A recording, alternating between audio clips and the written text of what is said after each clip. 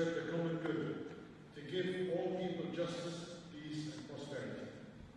Right now, even as we gather tonight, our teams are engaged in intensive diplomacy to secure a ceasefire in Gaza, to protect all civilians, especially innocent women and children, and ensure the release of all hostages. This conflict is the key to wider stability in the region, from the West Bank to Yemen to Lebanon and time is short. The people across the region are watching, not for words, but for outcomes. They are waiting to see if this moment brings that peace. They look at your incredible comeback, at your ability to bring together people of all faiths, and your arrival back at the White House with hope. Your message that the aid will be delivered, and perhaps that the political solution providing safety, justice, and security to all involved in the conflict can be reached. Mr. President, your involvement could catalyze a breakthrough where others have stalled, but only if done in concert with serious partners. Qatar brings the channels, the access, and the credibility. The United States brings power, leverage, and global weight. If we act together, we have a real shot at ending the bloodshed and restoring regional confidence. Mr. President, tonight we don't just mark a visit. We reaffirm a working alliance between two sovereign nations and a shared commitment between two leaders who believe peace comes from strength. Let this visit not just reinforce our alliance, but demonstrate that when leaders act, peace moves closer. Before your last election, you invited me to dinner at your lovely home at Mar-a-Lago. Presidents come and go. None of them could do it. This guy might just have the guts to get it done. President Trump, with God Almighty's protection, help us to keep promises, stand up to the truth, stay loyal to friends, and be true agents of peace. Thank you very much.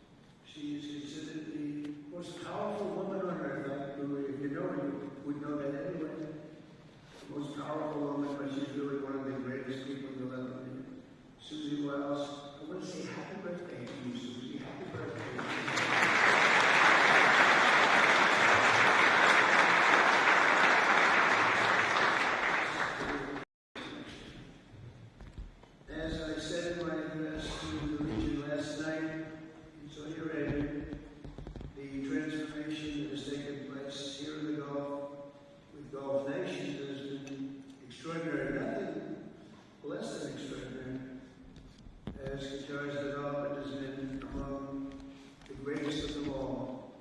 Nobody's seen anything like it. Your country now stands as a hub of global commerce, diplomatic force on the world stage, and has even hosted the World Cup. People said, oh, the World Cup is going, and by the way, Johnny's here, so that's what he's got here. Congratulations, Johnny, because you're going to be with us next. He's coming to the United States, actually. Thank you, great job you do, Johnny. The Emir is building a stunning legacy of economic progress, engineering marvels, what I've seen is incredible, and cultural attainment that should make this entire nation so very, very proud. They are proud. Our friends that live here are so proud. You only have to look at the shimmering skyline of Doha or the beautiful waterfront promenade, which I just looked at a little while ago. There wasn't a tree out of place in this burden. To understand Qatar's amazing path to modernization and prosperity. And you've done it all while honoring your heritage. You've always stayed with your heritage. You haven't given it up, maintaining your culture, embracing your national traditions. To the Emir, to the royal family, and to this entire nation, congratulations on a spectacular job. Well done. Congratulations, really something. As you can see from the extraordinary range of leaders and pioneers in this room, the biggest people on earth, the successful people, the most powerful people. Everyone wants to come and witness what is happening right here. As president, I'm proud that our growing friendship is blossoming into a full-fledged economic and security partnership, as we've seen clearly on this trip. Because we're setting records on this trip, we're bringing a lot of investment back into the United States of America. It's coming back at levels never seen before. We've never seen anything like it. In 2 months, we've done more than anybody. I don't think there's anything. I don't think there's ever been anything close. And that means into any country. In addition to our agreement that will lead to the $1.2 trillion of economic activity before we can start about the big Boeing deal and all of the other deals that we talked about today. We're pleased to supply your military with billions and billions of dollars in brand new equipment, and we're going to get a glimpse of some of it tomorrow morning at your military base, which is incredible, by the way. Earlier today, we were honored by the escort of 8 F-15s from your Air Force. And I will say that I asked the pilot, Air Force One, do we need them? And he gave me a bad answer. He said, well, I'd rather have them. That wasn't really the answer I was looking for. He said, no, this is just fun. This is just fun and games. He didn't say that. But here we are. But there, something we're looking out the window. Everybody was amazed. It's a little disconcerting when you see a plane that goes 2,000 miles an hour. We're actually going 500 miles an hour as a string of the plane. But you look at it, you can read the pilot's name on his helmet, and it's pretty close. But they were great pilots. And it's fitting that you have the mighty Falcon as a symbol of your nation, representing dignity and strength. That's what the Falcon represents. Our Qatari partners showed that spirit last weekend when you helped negotiate the release of the last living American hostage in Gaza, Edan Alexander. Hopefully this is a stepping stone for getting the rest of the hostages back. But that was something that you really did help us a lot. Steve, and Marco Rubio here. I want to thank you, Steve, Marco, Scott, Howard, everybody was involved. Put a lot of hostages back. They've all been involved. You're also working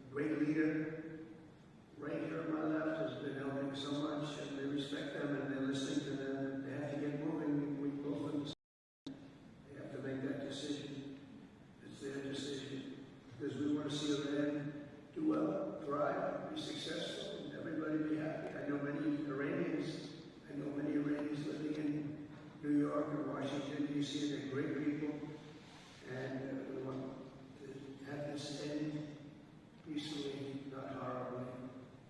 So I just want to thank Your Highness for that act of help. We're really helping. We're helping the world. We're helping your country. Then we'll try and get it done. If we can, we're going to try and get it done. They have to move quickly, and I just hope Iran realizes what a good friend they have right here. And in a certain sense, I guess I'm a good friend, because a lot of people would rather have me take a much more harsh road. But I know that if we can avoid that road, that would be a great thing.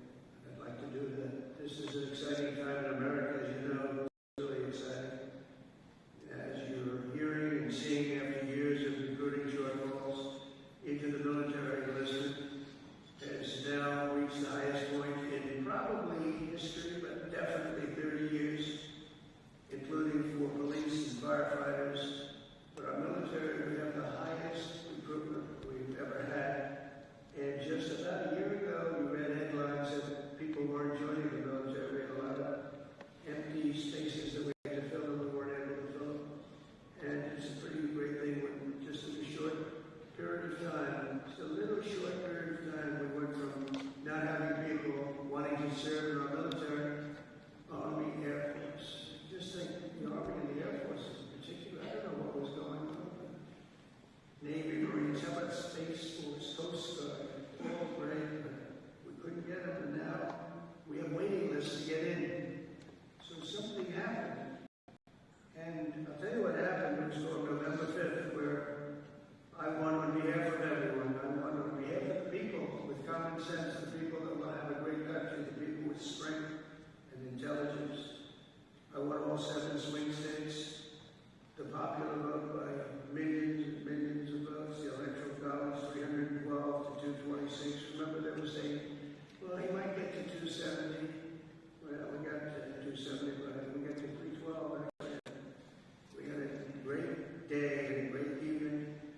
But very importantly, we were the counties throughout the United States, 2,660 to 451. That's why when you see the maps, they're all bright red, red meaning Republican. So that was really something. There's a spirit going on in our country that we haven't seen in many, many years. But from that moment on, our country is taking, as we think it's probably, Scott is here, and Howard's here, Cummins. Secretary of Treasury Scott has been great. Howard's been great, but I think these numbers are maybe making them look better than they're supposed to be looking. Where are they? Howard, where are you in this? Howard, stand up, Howard. Now, where's Scott? Boy, you're not that far away. He's become a big story. You know, every time he goes on television, everything goes up. And sometimes they say, say it more forcefully, but he shouldn't do what I'm telling him. Because every time he goes, he's really considered one of the great gurus, one of the great geniuses in markets and understanding markets. And he does understand the market. And he also understands that we took on a terrible situation that was left to us by a prior administration. And within a short period of time, I think we're in great shape. I think we're one of the most, maybe the most talked about. We are the most talked about anywhere in the world. We're really, and this is in a short period of time. This is during really 100 days, a little more than 3 months. And let's say the first month doesn't count, because for the first month I wanted to fix up the old office, make it look really nice. So just in a couple of short months, we're taking in numbers that nobody ever thought possible. I don't think there's ever been anything like it in any country. And certainly there hasn't been another. So we'll be well over $10 trillion. And I want to thank Your Highness for helping with that number. It's a big contribution. But you know you can count on us, and you know that it's going to be a great investment for you. It's been a great investment over the years. So tonight, let us give thanks for the blessings of this friendship. We have a great friendship, our country and your country, added to by our friendship.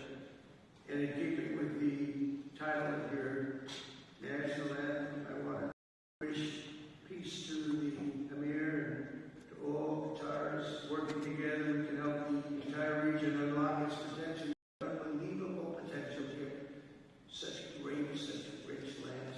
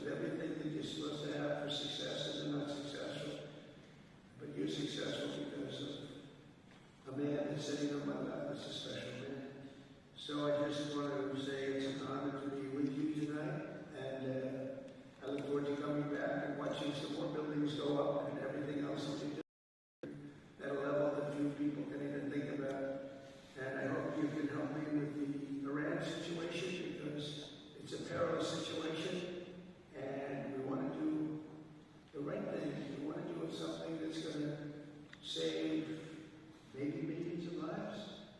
There's things like that get started and they get out of control. I've seen it over